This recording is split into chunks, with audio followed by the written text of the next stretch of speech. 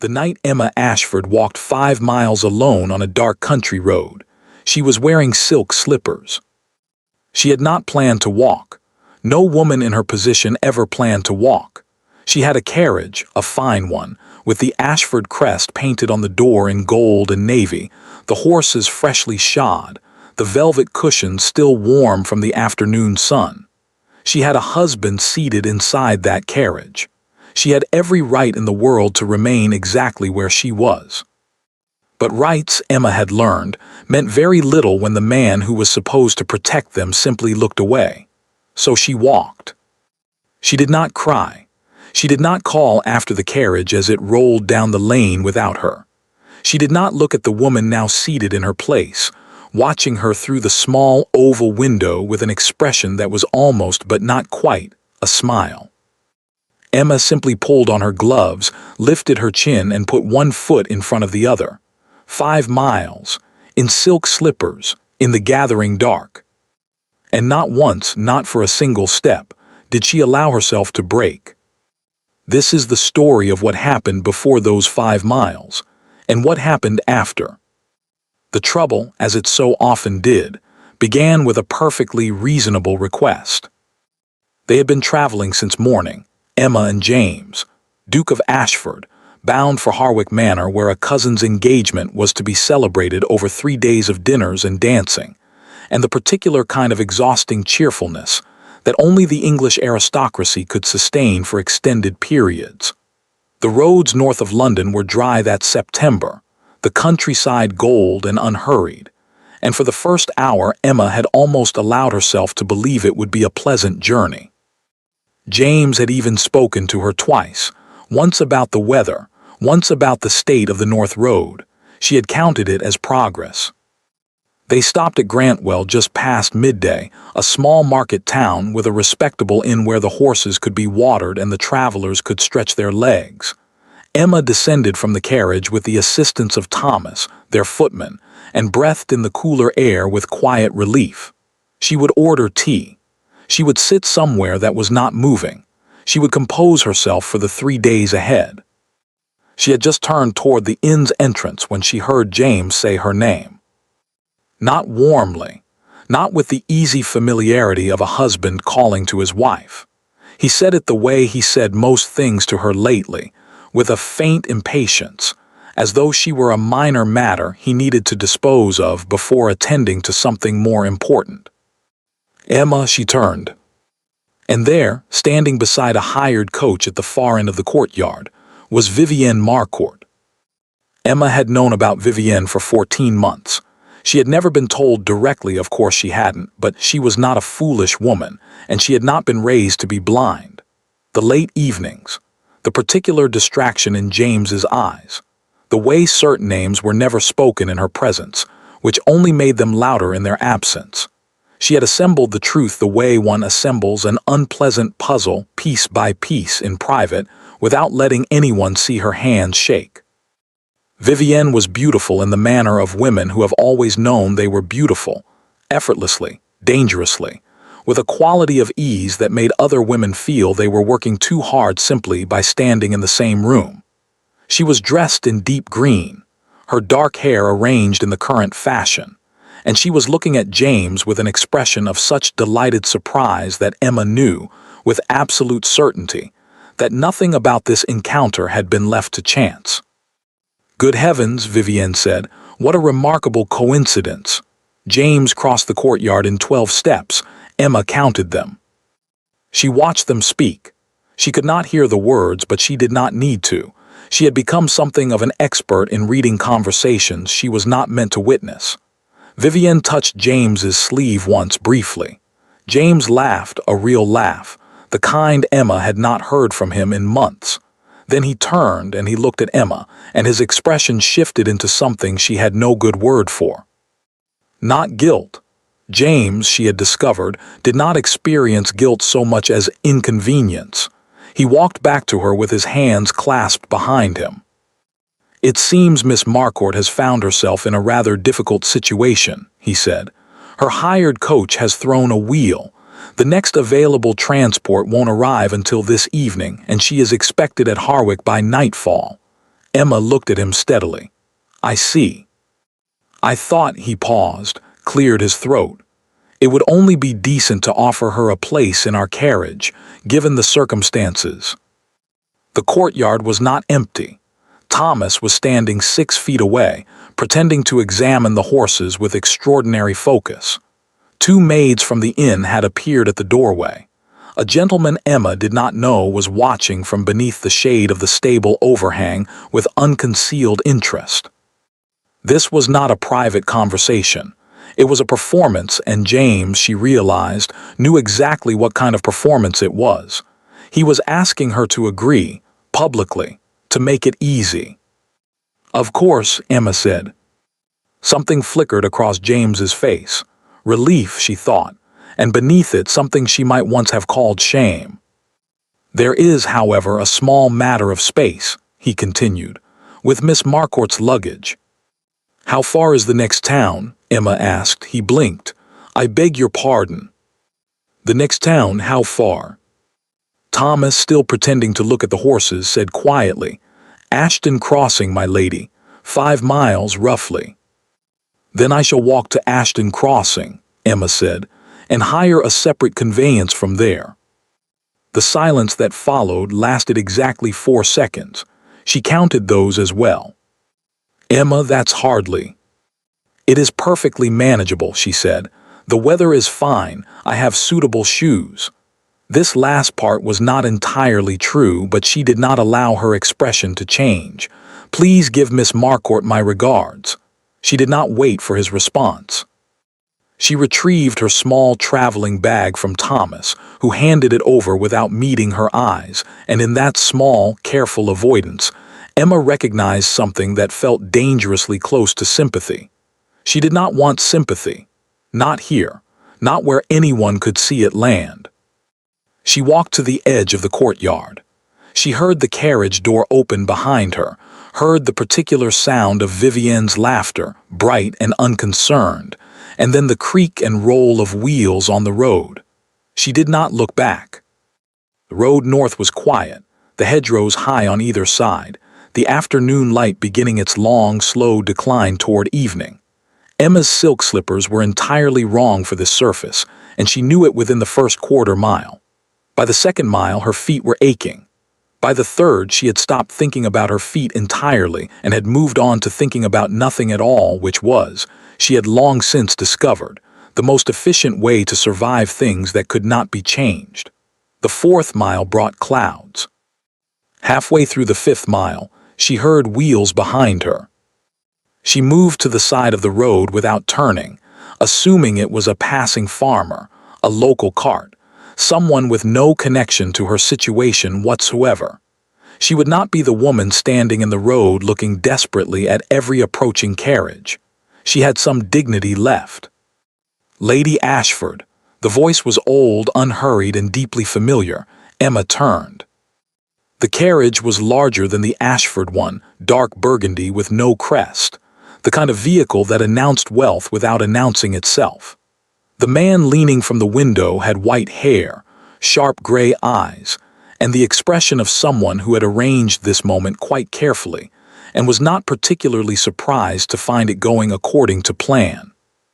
Lord Edmund Cavendish, her mother's cousin, the man who, as far as Emma knew, had no business being on this road at all. I thought I might find you here, he said. Emma looked at him for a long moment. Then she looked at the carriage door he was pushing open. You were looking for me, she said. It was not a question. I was, he said. Get in, my dear. I have a great deal to tell you, and your shoes are ruined. Emma looked down at her silk slippers.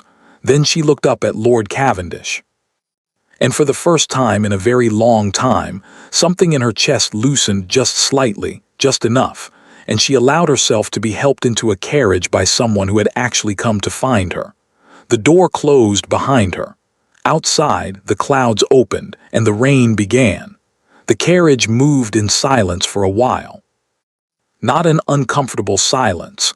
Lord Cavendish had never been a man who felt the need to fill every moment with sound.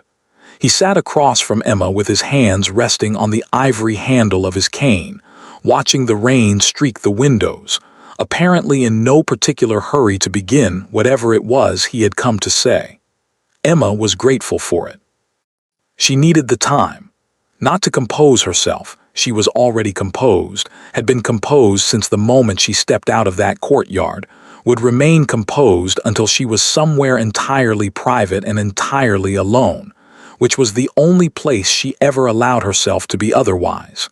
She needed the time to simply sit, to feel the carriage moving beneath her, to register, quietly and without drama, that her feet hurt enormously and that she was wet from the shoulders down, and that the man sitting across from her had, for reasons she did not yet understand, driven out of his way to find her on a country road. She looked at him. "You knew," she said. Lord Cavendish did not pretend to misunderstand. "I had a reasonable suspicion," he said, "of what today might look like." "How?" He was quiet for a moment. Outside, the rain came harder, drumming against the roof in long, uneven waves. "Your husband is not a careful man," he said finally. "Careful men do not allow certain situations to become visible. James has allowed this one to become rather broadly visible." Emma said nothing. "I want you to know," Cavendish continued, "that I did not come because I thought you could not manage. I came because you should not have to manage alone. There is a difference, Emma, a significant one." She looked out the window. The hedgerows had given way to open fields, and somewhere ahead, through the gray curtain of rain, she could make out the low shape of a stone building set back from the road. "Where are we going?" she asked. "Somewhere quiet," he said, "and dry." The cottage was not, strictly speaking, a cottage. It had begun as one. Emma could see that in its bones, in the low ceilings and the thick stone walls and the deep-set windows that had been built for an earlier, colder century. But someone had added to it over the years, carefully and with considerable taste, until it had become something between a farmhouse and a small manor, modest from the outside, surprisingly warm within, with good furniture and better fires and the particular smell of a house that was used and cared for rather than merely maintained. A housekeeper appeared before the carriage had fully stopped, a small, composed woman of middle age who moved with the quiet efficiency of someone who had been expecting them. "Mrs. Hale," Cavendish said as he descended, "Lady Ashford will need dry clothes, hot tea, and whatever you have in the kitchen, in that order." Mrs. Hale looked at Emma with an expression of such calm practicality that Emma felt, absurdly, like weeping, not from distress, from the simple relief of being looked at by someone who intended to help without requiring anything in return. "Of course, my lord," Mrs. Hale said. "Come with me, my lady. Let's get you sorted." An hour later, Emma sat by the fire in a borrowed dress that was slightly too short and entirely too comfortable, with a cup of tea that was exactly right, and felt the last of the cold leave her bones. Cavendish sat across from her, in the chair that was clearly his, worn at the armrests, angled precisely toward the fire, with a small table beside it that held a glass of port and a well-read book left face down at the spine. He had been here recently. Often, perhaps. "This is your house," Emma said. "One of them," he said. "I find I prefer it to the others, less noise." Emma wrapped both hands around her cup. The fire cracked and settled. Somewhere deeper in the house, she could hear Mrs. Hale moving about, the faint sound of something being prepared in the kitchen. "Tell me what you know," Emma said. Cavendish looked at her steadily. "What do you already know?" 14 months, she said. "Perhaps longer. She was introduced to James through his friend Pemberton. I believe that much is true, though whether the introduction was accidental is another matter. She has attended at least 4 events at which James was present, and I was not invited to be aware of her attendance. She has been to Ashford House, I do not know how many times. James believes I am not aware of any of this." Cavendish said nothing for a moment. Then, "You are not angry." "I am," Emma said quietly. "I am very angry, but I have nowhere useful to put it at the moment, so I am setting it aside." Something moved in the old man's expression, something that looked briefly like admiration. "Your mother," he said, "did exactly the same thing. It used to terrify people." Emma looked at him. Her mother had died when Emma was 11, a quiet, gradual death that had taken far too long and left far too little behind. She did not speak of her often. There was not much to say that didn't hurt. "You knew her well," Emma said. It was not a question either. She remembered Cavendish from childhood, a tall figure at the edge of family gatherings, always watching, always slightly separate. "Better than most," he said. He set down his port glass and reached into the inner pocket of his coat. "Which is why I have been carrying this for the past 3 years, waiting to decide what to do with it." He held out a letter. Emma looked at it. The paper was old, cream-colored, slightly foxed at the edges, folded in thirds. The handwriting on the outside was her mother's. She knew it immediately, the way you know a voice before you see the face, that particular slant, that particular economy of line. It was addressed to the Duke of Ashford, not James, James's father. Emma did not take it immediately. "What does it say?" "It says," Cavendish said carefully, "that your mother and the late Duke had an agreement. Not a romantic one, I want to be clear on that point. A different kind entirely." He paused. "Your mother's family owned something the Ashford estate needed very badly. Not land, not money. Something rarer and considerably more valuable to the right people." He let the letter rest on the arm of his chair. "She agreed to give it into the Ashford family's keeping on one condition." Emma waited. "That her daughter," Cavendish said, "would be treated as what she was, not a convenience, not an arrangement, not someone to be managed and overlooked and handed out of carriages on country roads." His voice did not rise, it never rose, but something in it sharpened, the way the edge of a good knife sharpens, quietly and without ceremony. An Ashford wife, in full, with everything that entitled her to. The fire cracked. Rain ran down the windows. "James doesn't know," Emma said. "James was never told," Cavendish said. "His father died before he could be, and the solicitors who handled the original agreement were," he paused, "persuaded, I believe, to keep certain documents out of the official record." "By whom?" Cavendish looked at her steadily. "That," he said, "is the part that will interest you most." Emma set down her teacup. Her hands were steady. They were always steady when it mattered. "Tell me," she said. Cavendish reached into his coat again and produced a second document, newer, the paper whiter, the writing unfamiliar. He did not hand it to her. He simply held it where she could see the signature at the bottom. Emma looked at it for a long moment. The name was not one she recognized immediately, but the address beneath it was. She knew that address. She had seen it on an envelope once on James's desk, left carelessly open, one of those small, unguarded moments that wives notice and file away and never mention. It was Vivienne Marcourt's address. Emma looked up at Lord Cavendish. "She knew," Emma said, "about my mother's agreement. She knew before James and I were even married." "She has known for some time," Cavendish said, "and she has been very careful about what she did with that knowledge." Outside, the storm deepened. The windows shook faintly in their frames. Mrs. Hale appeared in the doorway to ask whether Lady Ashford would prefer soup or something more substantial, and Emma answered her politely, clearly, without her voice changing at all. But her mind was somewhere else entirely. Vivienne had not attached herself to James out of feeling, or not only out of feeling. She had done it with a purpose, a specific, calculated purpose. And she had spent months ensuring that Emma was too isolated, too overlooked, too quietly diminished to interfere with it. The carriage, the late evenings, the small, persistent humiliations that were always just small enough to be dismissed. It had not been cruelty for its own sake. It had been strategy. Emma picked up her teacup again, took a sip, set it down. "What is it that my mother gave them?" she asked. "What did she put into Ashford's keeping?" Cavendish smiled, very slightly.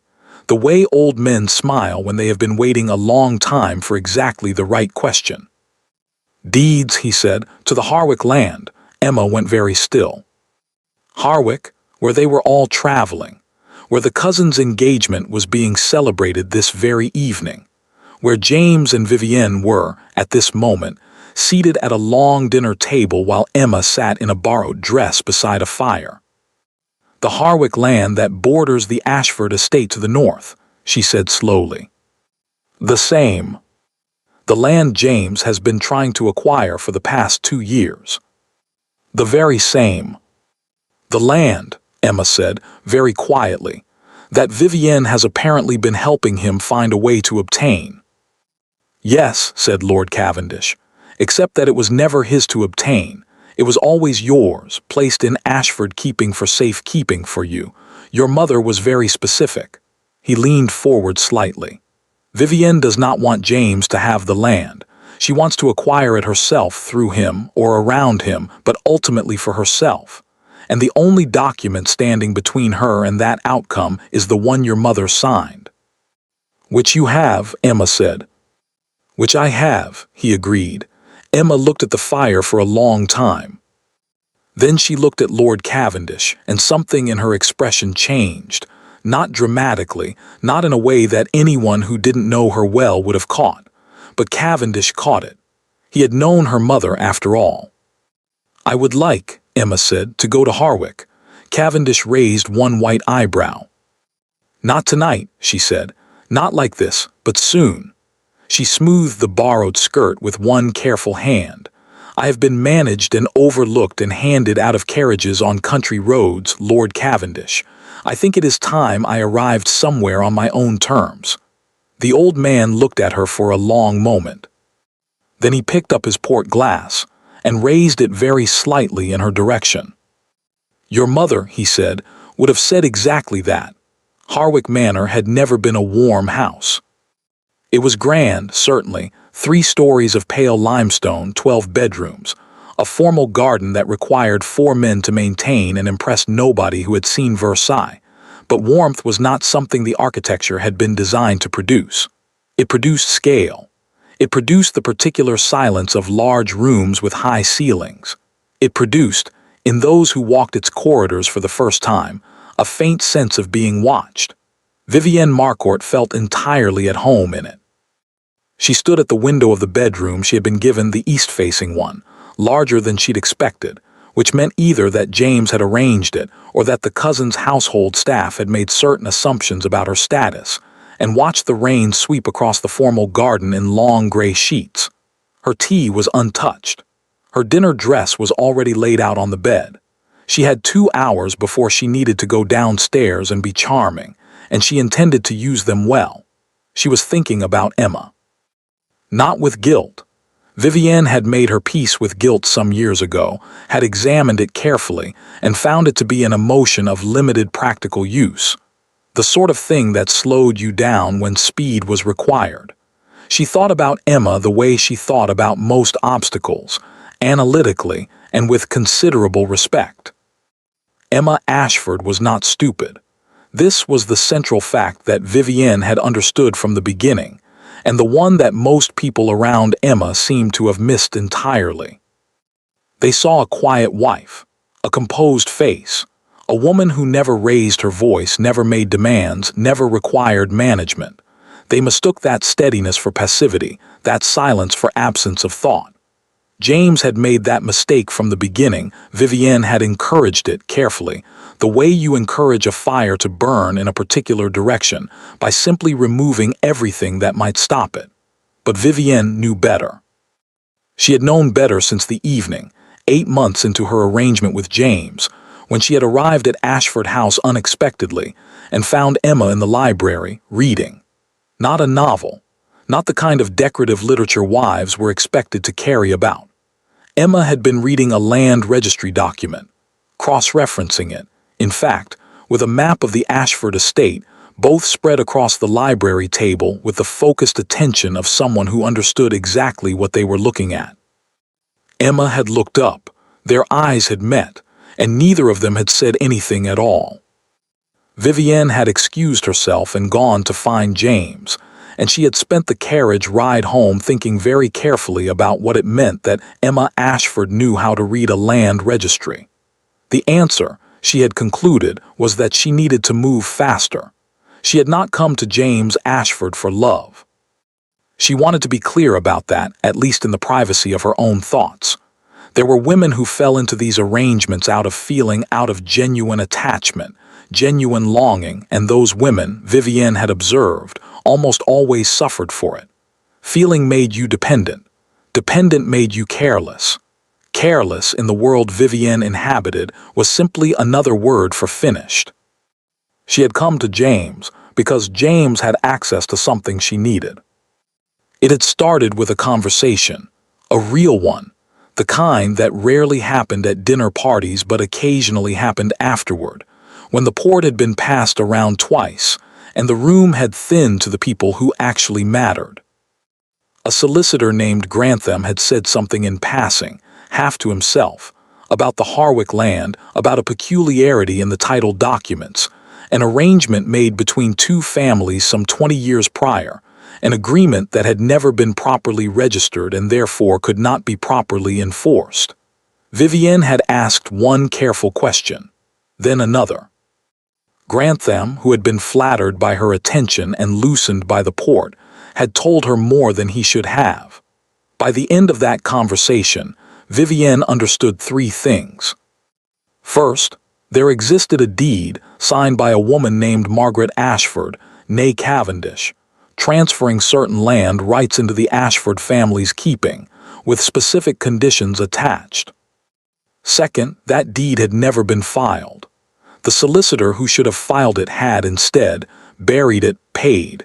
Grantham had implied with the particular imprecision of a man who did not want to be held to his words, by a party whose name he did not say aloud.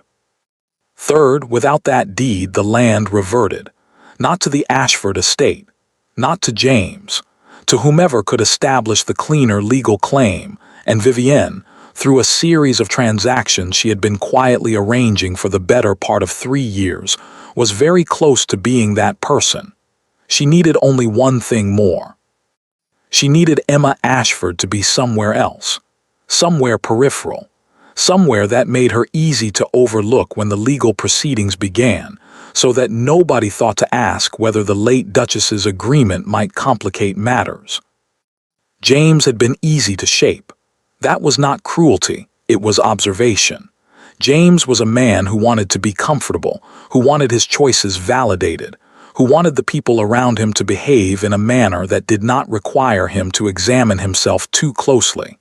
Vivienne had simply made herself into the person who provided all of that. The right word at the right moment.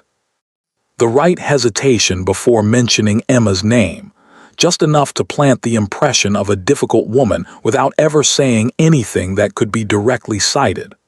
The right expression when James described his wife's reserve, his wife's silences, his wife's apparent indifference.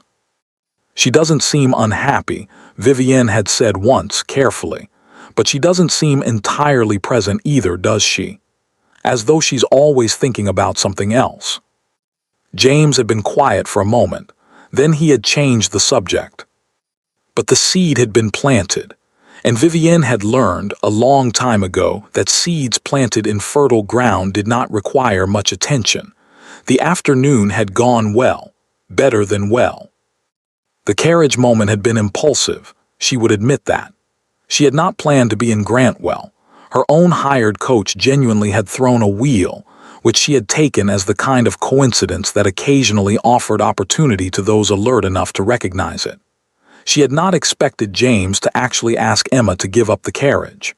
She had expected him to hesitate, to find some other solution, to be, as he so often was, just barely too decent to do the worst thing available. But he had done it, he had actually done it, and Emma had gotten out. Vivienne turned from the window. She was not proud of the feeling that had moved through her when she watched Emma cross that courtyard, that small, warm flicker of satisfaction. She was not proud of it, but she did not pretend it wasn't there. She had spent 2 years carefully constructing a situation, and today that situation had produced exactly the image she needed. The Duchess of Ashford, walking away from her husband's carriage, alone in the rain, while Vivienne sat in her place. Society had a long memory for images like that. She crossed to the writing desk in the corner of the room, sat, and drew out a sheet of paper. There was a letter she needed to send, to Grantham. The timing mattered now.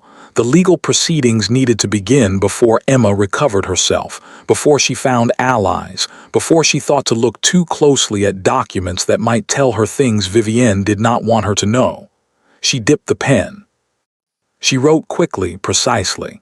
In the small, clear hand she had developed specifically for correspondence she did not want misread. The matter we discussed should proceed at your earliest convenience. The complicating factor has been removed from the immediate situation. I do not anticipate obstruction. She sanded the letter, folded it, sealed it. Set it on the corner of the desk where her maid would find it.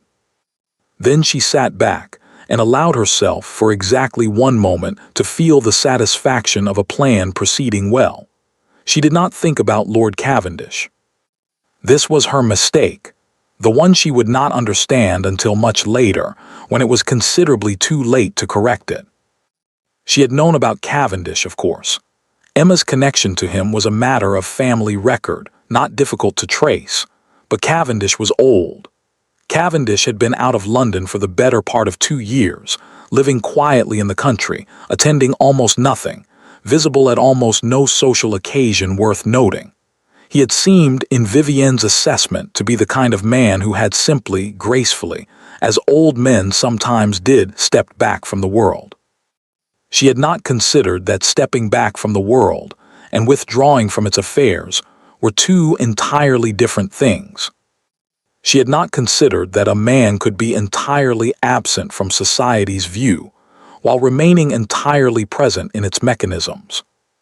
She had not considered that Lord Edmund Cavendish, who had known Emma's mother since childhood, who had watched Emma grow up, who had spent 2 years in apparent retirement doing something Vivienne had never thought to investigate, might have spent those 2 years investigating her. She sealed the letter and rang for her maid. Downstairs, the first dinner bell sounded. Vivienne rose, smoothed her skirts, and went to the mirror. She examined her reflection with the practiced objectivity of a woman who had always understood her appearance as a tool, useful, well-maintained, deployed with intention. She looked well. She felt well. Everything, she told herself, was proceeding exactly as planned. 40 miles south, in a cottage that smelled of wood smoke and old paper, Lord Edmund Cavendish was reading a document he had spent 2 years and considerable personal expense obtaining. Emma sat across from him, still in the borrowed dress, her feet tucked beneath her in a manner no duchess was supposed to sit, her 3rd cup of tea growing cold at her elbow. She had been reading for an hour. She did not rush. When she finally looked up, her expression was very still and very clear. The expression, Cavendish had always thought, of someone who has just had a large and complicated thing confirmed rather than revealed. As though she had already suspected the shape of it, and was now simply seeing it in full for the first time. She forged a letter, Emma said, from me. Yes, to James's solicitor, suggesting that I had agreed in writing to release any personal claim to the Harwick proceedings. Yes, before I could have known there were any Harwick proceedings to release a claim to. Yes, Emma set the document down, smoothed it once precisely with her palm. That, she said, was a mistake. Cavendish looked at her. Not a moral mistake, Emma clarified. I mean a strategic one. If she had been content with James, with the position, with the arrangement as it stood, I might never have looked closely enough to find any of this. I was managing. I am good at managing. She paused. But she needed me gone. Genuinely gone, not just overlooked, but legally removed. And to do that she had to put my name on a document. She looked at Cavendish with an expression of almost academic interest. My name in my absence, on a document I never signed. Which means, Cavendish said, that the document can be disproven. Which means, Emma said, that the document can be disproven. The fire had burned low. Cavendish reached out and added another log without getting up. He had developed the particular skill of fireplace management that comes from years of preferring to do things oneself. "There is a clerk," he said, "in the solicitor's office, a young man named Dowell who was present when the document was brought in. He was not comfortable with what he witnessed, and he has been, I believe the correct word is conflicted, for some months now." Emma looked at him steadily. "You've spoken with him?"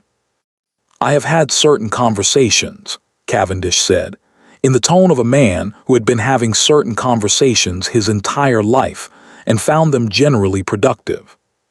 And Mr. Dowell is prepared, under the right circumstances, to confirm that the letter was not delivered in the manner consistent with genuine correspondence from the Duchess of Ashford. It was hand-delivered, by a woman he did not recognize, who paid him to accept it without logging the receipt. The room was very quiet. "She paid a clerk," Emma said, not with outrage, with something quieter, more deliberate, the tone of someone adding a final piece to a structure they have been building with great care. "She did." Emma was silent for a moment. Then she said, "Lord Cavendish, when did you first understand what she was doing?" The old man considered this with the honesty it deserved. 14 months ago, he said. "When I heard she had attached herself to James, I knew the name. I had encountered her professionally, you might say, some years before in connection with another matter involving disputed land rights." He looked at Emma directly. "I did not warn you immediately because I did not yet have enough to be useful. I refused to bring you half a story." Emma nodded slowly. "And now you have the whole one." "Now," he said, "I have very nearly the whole one. There is one piece remaining." He reached into the inner pocket of his coat one final time.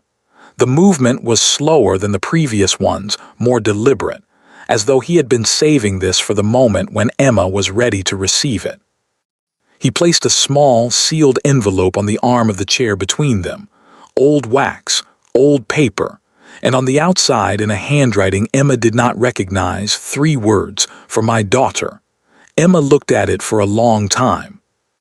"Your mother left it with me the year before she died," Cavendish said quietly. "She asked me to give it to you when I thought you needed it, not before. She was specific about that." He paused. "I believe you need it now." Outside, the storm had eased. The rain was softer now, steady, quiet, patient, the kind of rain that intends to stay. Emma reached out and picked up the envelope. She did not open it yet. She simply held it in both hands, the way you hold something you have waited for without knowing you were waiting. "Thank you," she said. Her voice was very steady. "Don't thank me yet," Cavendish said. "We still have a great deal of work to do." Emma looked up at him, and for the first time that day, perhaps for the first time in considerably longer, something in her eyes shifted. Not relief exactly. Not yet. But something adjacent to it. Something that looked, if you knew where to look, like the very beginning of a woman who has decided she is done being managed. "Good," she said. James Ashford had always considered himself a reasonable man. This was not arrogance, or at least, he had never experienced it as arrogance. It was simply a baseline assessment he had arrived at through years of evidence that seemed, to him, to support the conclusion. He managed his estate competently. He treated his staff with consistent, if not excessive, consideration. He had never been deliberately cruel to anyone, had never raised his hand in anger, had never done the kinds of things that made men genuinely infamous. He was not his father, who had been cold in the particular way of men who have never needed to be warm. He was not his uncle, who had been a disaster of a different variety entirely. He was reasonable. He was fair. He was, in the small hours of the night when he examined himself most honestly, a man who had simply allowed certain situations to develop in ways he had not fully examined. This was the version of himself he carried into the Harwick dining room that evening. He did not carry it out unchanged. Dinner was 12 people, which was the worst possible number, large enough that you could not control the conversation, small enough that you could not escape it. The cousin, a pleasant, enthusiastic man named Bertram who had inherited more optimism than sense, had arranged his table with the cheerful randomness of a host who trusted that proximity would produce warmth. It sometimes did. Tonight it produced something else. James was seated between Bertram's future mother-in-law, who wanted to discuss drainage systems, and a retired colonel who had opinions about everything and information about nothing. Across from him sat two women he knew slightly and a man he didn't know at all, which meant the middle section of the table required constant management. Vivienne was 4 seats down on his left. She had entered the dining room looking precisely as she always did, composed, luminous, entirely at ease, and James had felt the familiar pull of her presence the way you feel a fire when you've been cold. He was not proud of this. He had stopped examining it closely some time ago, because examining it closely produced thoughts he did not know what to do with. The soup arrived. The conversation turned to the Harwick grounds, then to a recent bill in Parliament, then to horses. James answered questions when addressed. He made the appropriate observations. He raised his glass at the appropriate moments. He did all the things a Duke of Ashford was supposed to do at a dinner table. And somewhere around the fish course, in a gap between the colonel's opinions and Bertram's mother-in-law's drainage concerns, he became aware of something. Emma was not there. This was not a new fact. He had known Emma was not at the table, had known she was not at Harwick at all since they had arrived that afternoon, and he had made a series of mutually unsatisfying explanations to Bertram about her absence. A sudden indisposition. The rain. She would join them tomorrow, he thought. Perhaps the day after. Bertram had accepted this with the easy grace of a man who found most explanations acceptable, and James had moved on, and that had seemed to be that. But now, sitting at this table in this room, James found that his awareness of Emma's absence had changed character. It had become specific. He looked at the flower arrangement at the center of the table. It was fine. Bertram's housekeeper had done a competent job, but it was arranged in the manner of someone who knew what flowers were supposed to look like at a table without fully understanding why. The proportions were slightly wrong. The candles were spaced unevenly. There was a faint asymmetry to the whole thing that would not have been there if Emma had been involved. Emma always noticed asymmetry. She never mentioned it, she simply corrected it, so quietly that the result was visible without the effort being so. James had spent years eating at tables Emma had arranged without once thinking about the fact that they had been arranged at all. He thought about it now. The colonel said something. James responded. The fish plates were removed. He thought about Ashford House. He thought about the way it ran, not perfectly. Nothing ran perfectly, but smoothly, with the particular lack of friction that came from everything being anticipated before it became a problem. The household accounts, which James never needed to examine because they were always in order. The staff, who seemed to require almost no management because they had apparently been managed already. The visitors who arrived and found themselves comfortable without being able to say exactly why. The fires that were always the right temperature. The correspondence that was always answered. The 100 small administrative details of a large house that James had never once had to think about because thinking about them had simply not been necessary. He had not, he realized, ever wondered why. He picked up his wine glass, set it down. Across the table, one of the women he knew slightly, a Mrs. Harcourt he remembered now, married to a man in the Foreign Office, was telling a story about a journey she had taken last summer. Some mishap with a carriage on a country road, and the table was laughing, and James was not listening to the story but was suddenly, sharply aware of the word carriage and of what it was connected to. He set his wine glass down with slightly more force than he intended. Nobody noticed. The story continued. The laughter rose and fell. James looked at his plate. He had told himself, in the carriage ride from Grantwell to Harwick, a version of events that was more comfortable than accurate. He had told himself that Emma had chosen to walk, that she had been, if anything, almost aggressive about it, that she had refused his suggestion of another arrangement before he had fully made it, that she was a grown woman who had made a decision he had not forced. He had told himself that her composure had been, he had actually used this word in his own internal monologue, reassuring, that if she had been truly distressed, she would have shown it. In the carriage beside him, Vivienne had said almost nothing. She had looked out the window for most of the journey, which he had interpreted as consideration for his mood. He had been grateful for it. Now, sitting in this dining room with 12 people and a slightly wrong flower arrangement, he found himself less grateful. He found himself wondering, with a precision he had not previously applied to the question, what exactly Emma's composure had looked like.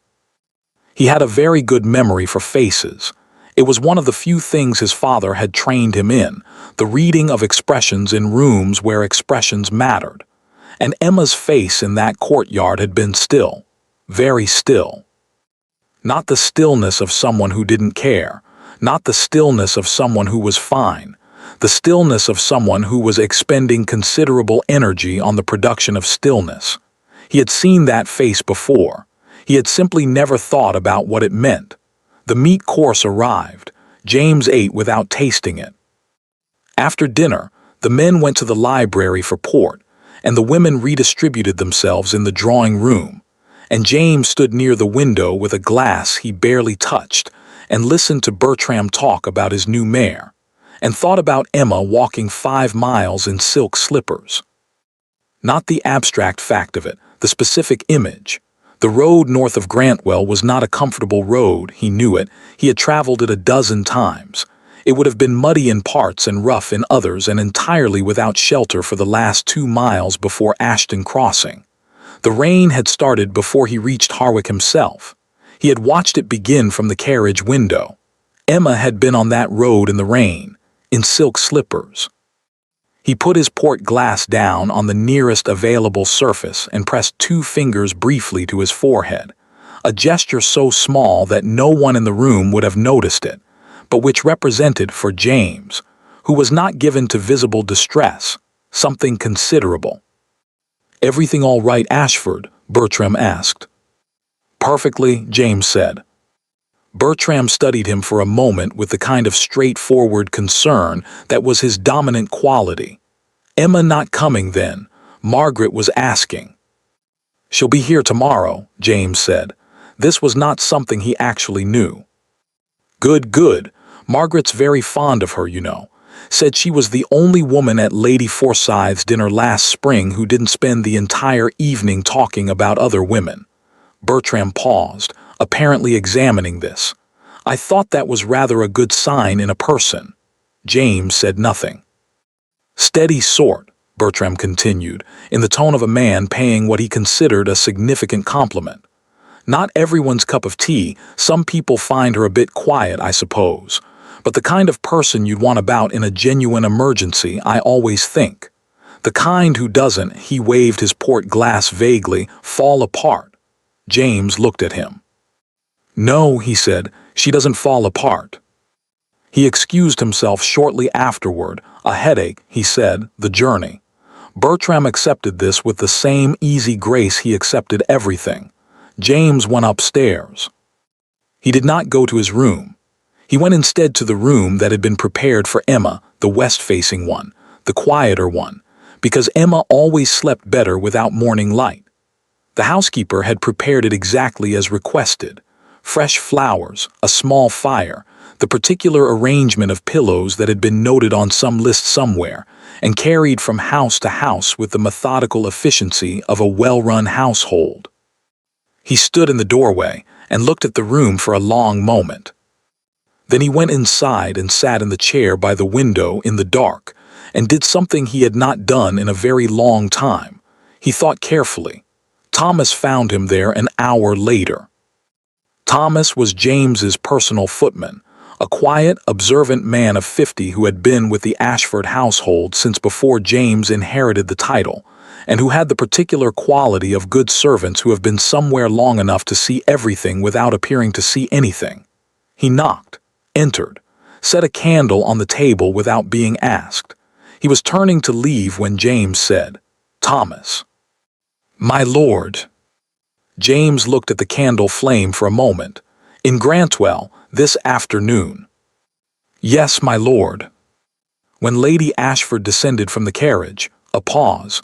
"Yes, my lord." "Tell me what you saw." Thomas was quiet for a moment. Not the quiet of someone choosing what to say, but the quiet of someone deciding how honestly to say what they have already decided to say.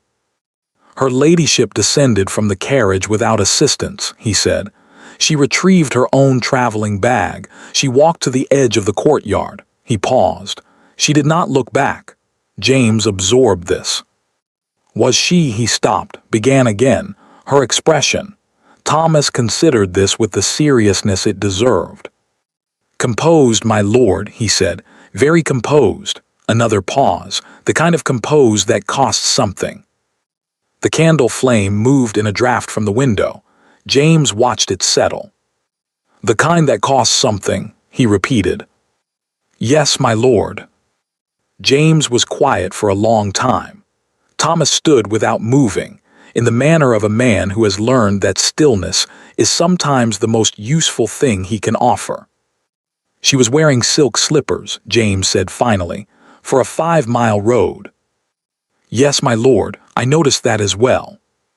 "You should have—" James stopped, because Thomas should not have had to do anything. Thomas was a footman, not the man responsible for ensuring his wife was not abandoned on a country road in the wrong shoes. That responsibility belonged somewhere else entirely. "I'm sorry, my lord," Thomas said quietly, "not for failing to act, for what he was witnessing." James looked up at him. "Don't be," he said. "That's not yours to be sorry for." Thomas nodded once, moved toward the door. "Thomas," James stopped him a final time. "Did she?" He looked at the window. The rain had eased. The grounds of Harwick were dark and still. "Did she seem frightened?" Thomas paused with his hand on the door frame. He considered this for what felt like a long time. "No, my lord," he said. "That's what I kept thinking about on the road here. She didn't seem frightened at all." He paused one final time. "She seemed decided." He closed the door behind him. James sat in Emma's chair in Emma's room, with Emma's carefully arranged pillows and Emma's preference for west-facing windows and the ghost of Emma's particular attention to everything that made a house function. And he felt, settling over him slowly and with the weight of something that had been approaching for a long time, a sensation he had no comfortable name for. Not guilt. He had told himself it was not guilt all evening. But it was something in that family. Something with guilt's dimensions and guilt's particular gravity, pressing down in the specific place where he had been keeping, for quite some time now, all the things he had chosen not to examine. He reached out and picked up the candle, held it for a moment. Then he set it back down, stood, and went to find Vivienne.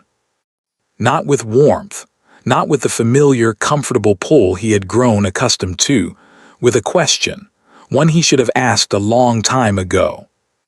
Vivienne was in the small sitting room adjacent to the drawing room, the one the women had drifted away from as the evening wore on, leaving behind the particular debris of a gathering in retreat, abandoned embroidery, half-finished cups of tea, a novel left open on the arm of a chair. She was alone, which James suspected was not accidental. Vivienne was rarely anywhere by accident. She looked up when he entered, smiled the particular smile she reserved for him, warm and private, the smile that had always made him feel in some unexamined way that he was the only person in whatever room they occupied. He noticed tonight how quickly it appeared, how ready it was. "I thought you'd gone up," she said. I was going to. He came into the room but did not sit. He stood near the fireplace with his hands clasped behind him, a posture Emma had once told him in the early months of their marriage made him look like he was preparing to deliver bad news. He had laughed at the time. He had not thought about it since. He thought about it now. "Vivienne," he said, "how did you know to be in Grantwell today?" She looked at him with an expression of mild, affectionate surprise. "I told you, the hired coach." "Yes," he said, "the wheel I remember." He looked at the fire. "It's a coincidence, I understand that. I simply find myself thinking about it." "James?" Her voice shifted slightly, warmer, slower, the register she used when she wanted him to stop thinking about something and start feeling something instead. He recognized it now with a clarity that was not comfortable. "You're tired. The journey was long. Come sit down." "My wife walked 5 miles in the rain," he said. The room was very quiet. "James." In silk slippers on the north road out of Grantwell, he looked at her directly. She did not complain, she did not make a scene, she simply got out of the carriage and walked. He paused, and I let her.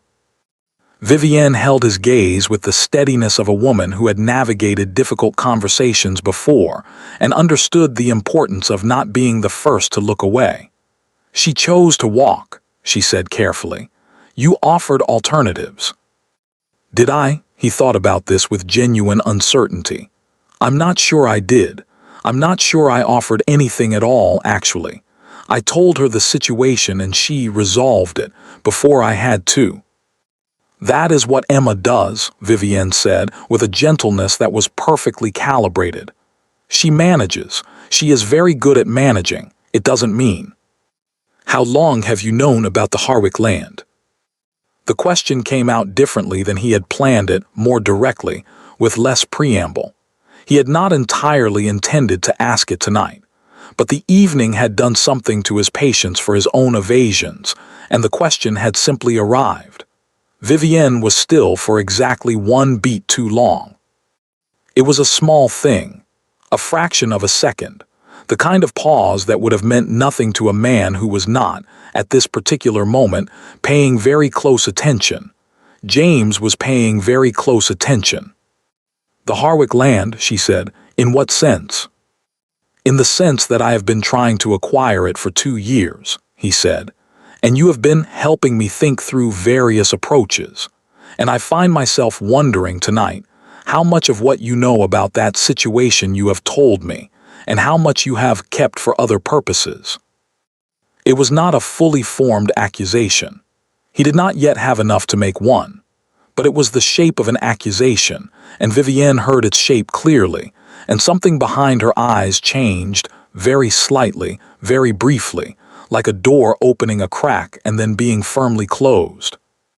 "I think," she said slowly, "that you are exhausted and that today has been difficult, and that you are looking for somewhere to put feelings that are actually about something else." James looked at her. She was very good. He had always known she was very good.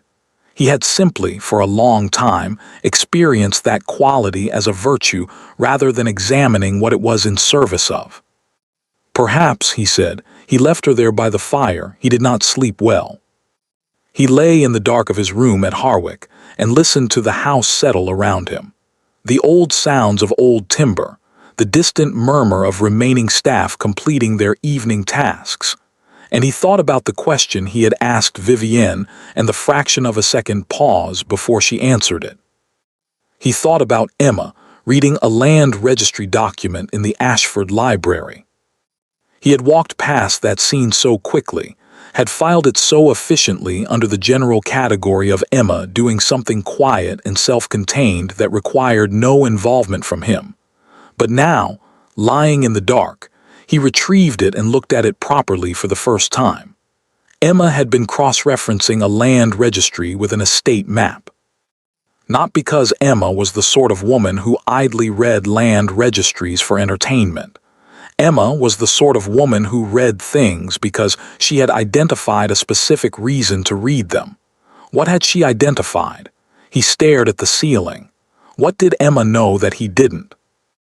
And the larger question, the one that had been assembling itself all evening from pieces he had been refusing to look at directly, arrived at last, fully formed in the quiet of the dark room.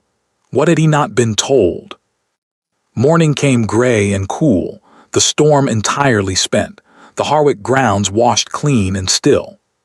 James came downstairs early, earlier than any other guest, which gave him the library to himself and the breakfast room to himself, and briefly, the particular quality of silence that large houses produce before they are populated. He sat in the library with coffee he didn't taste and a newspaper he didn't read. At 9:30, Bertram's butler appeared in the doorway. "A visitor, Your Grace. He says he has no appointment and offers his apologies for the hour. He asked me to give you this." He held out a card. James looked at it. Lord Edmund Cavendish. James set down his coffee cup very carefully. "Send him in," he said. Cavendish entered the library the way he entered most rooms, without hurry, without performance, with the complete ease of a man who had long since stopped needing to announce himself. He was dressed simply for travel, his white hair neat, his gray eyes moving across the room in one brief, comprehensive sweep, before settling on James with an expression of composed interest. "Ashford," he said pleasantly, "forgive the intrusion." "Lord Cavendish," James rose, extended his hand. "I confess I wasn't aware you were in the area." "I wasn't until recently." Cavendish settled into the chair across from James's with the deliberateness of a man who has chosen his seat carefully and intends to use it well. He did not accept the offer of coffee. He did not look around the room or make observations about the house or engage in any of the preliminary social negotiations that most visits of this kind required. He simply looked at James and said, "I imagine you had a difficult evening." James looked at him steadily. "I've had more comfortable ones." "Yes." Cavendish folded his hands on the head of his cane. "I thought we might speak before the rest of the house wakes. What I have to say is better said without an audience." "Then say it." Cavendish regarded him for a moment, not unkindly, but with the frank assessment of a man who has decided that kindness and directness are not mutually exclusive, and sees no reason to sacrifice the latter for the appearance of the former. "Your wife," he said, "walked 5 miles on a broken road in unsuitable shoes because you gave her seat to your mistress in front of your footman, 2 in maids, and a gentleman I have since identified as a correspondent for the Morning Chronicle." James said nothing. "By Thursday," Cavendish continued in the same level tone, "that story will have traveled to every drawing room in London, not as scandal, as a particular kind of story that women tell each other and remember for a long time." He paused. "I am not telling you this to cause you distress. I am telling you because you should know the full dimensions of what yesterday produced." "Where is Emma?" James asked. "Safe, comfortable, in better spirits than you perhaps deserve, though she has always been more generous in that regard than the situation warranted." Cavendish looked at him with something that was not quite sympathy and not quite its absence. "She is not, if that is your concern, destroyed. Emma is not easily destroyed, but she has been, for some time now, asked to absorb a great deal, and yesterday was not a small addition to that weight." James looked at the window. The grounds of Harwick were beginning to take on color as the morning light strengthened, the wet grass very green, the gravel paths dark with last night's rain. "You came here for a reason," he said, "beyond informing me of consequences I'm already aware of." "I did." Cavendish reached into his coat and produced a document. He did not hand it across immediately. He held it with the deliberateness of a man who understands that a document placed on a table changes the nature of a conversation permanently and wants to ensure the conversation is ready for that change. "What do you know about the arrangement between your father and Margaret Cavendish, Emma's mother?" James frowned. "Margaret Cavendish married a man named Holt, Emma's father." "Yes, But before that marriage and during it, Margaret maintained a separate legal identity in certain matters of property. Her family, my family, were careful about that. Cavendish paused. What did your father tell you about the Harwick land, when he first discussed the northern boundaries of the estate? He said the title was complicated, James said slowly. That there had been an arrangement with a neighboring family that hadn't been fully resolved. He intended to address it but died before he could. He paused. I inherited the complication along with everything else. Did he tell you what the arrangement involved? No. Did he tell you who the neighboring family was? No. Cavendish nodded slowly, as though this confirmed something he had expected. He placed the document on the table between them. The neighboring family, he said, was the Cavendishes, and the arrangement, he tapped the document once lightly, was this. James reached out and picked it up. He read it carefully. He was not a fast reader in the way that some men were fast readers. He had learned early that speed in reading, like speed in most things, produced a quantity of comprehension that was not always the same as quality. He read each clause, each condition, each precise, careful phrase that Margaret Cavendish, Emma's mother, had negotiated with his father 23 years ago. When he finished, he set it down. He did not speak immediately. The Harwick land, he said, the portion I've been trying to acquire, the northern section, was placed in Ashford keeping for Emma, Cavendish said. Not for the Ashford estate, for Emma specifically. Your father agreed to hold it in trust to be transferred to her upon her marriage to you, which Margaret had arranged, in outline if not in detail, before Emma was old enough to have opinions on the matter. He paused. The transfer was never completed. Your father died. The solicitors who knew the full terms of the arrangement were redirected. James looked up sharply. Redirected. Someone ensured that the relevant documents did not enter the official estate record. Someone who understood the value of the land and had a specific interest in its availability. Cavendish looked at him with the steady patience of a man delivering news to someone who is not yet ready to receive all of it at once. Someone who has been in a position, for the past 2 years, to shape your understanding of the Harwick situation. The library was very quiet. James heard the house beginning to wake above him, footsteps, distant voices, the sounds of a morning beginning its ordinary progress. He heard all of it from a great distance, as though the room he was sitting in had moved slightly outside the normal flow of events.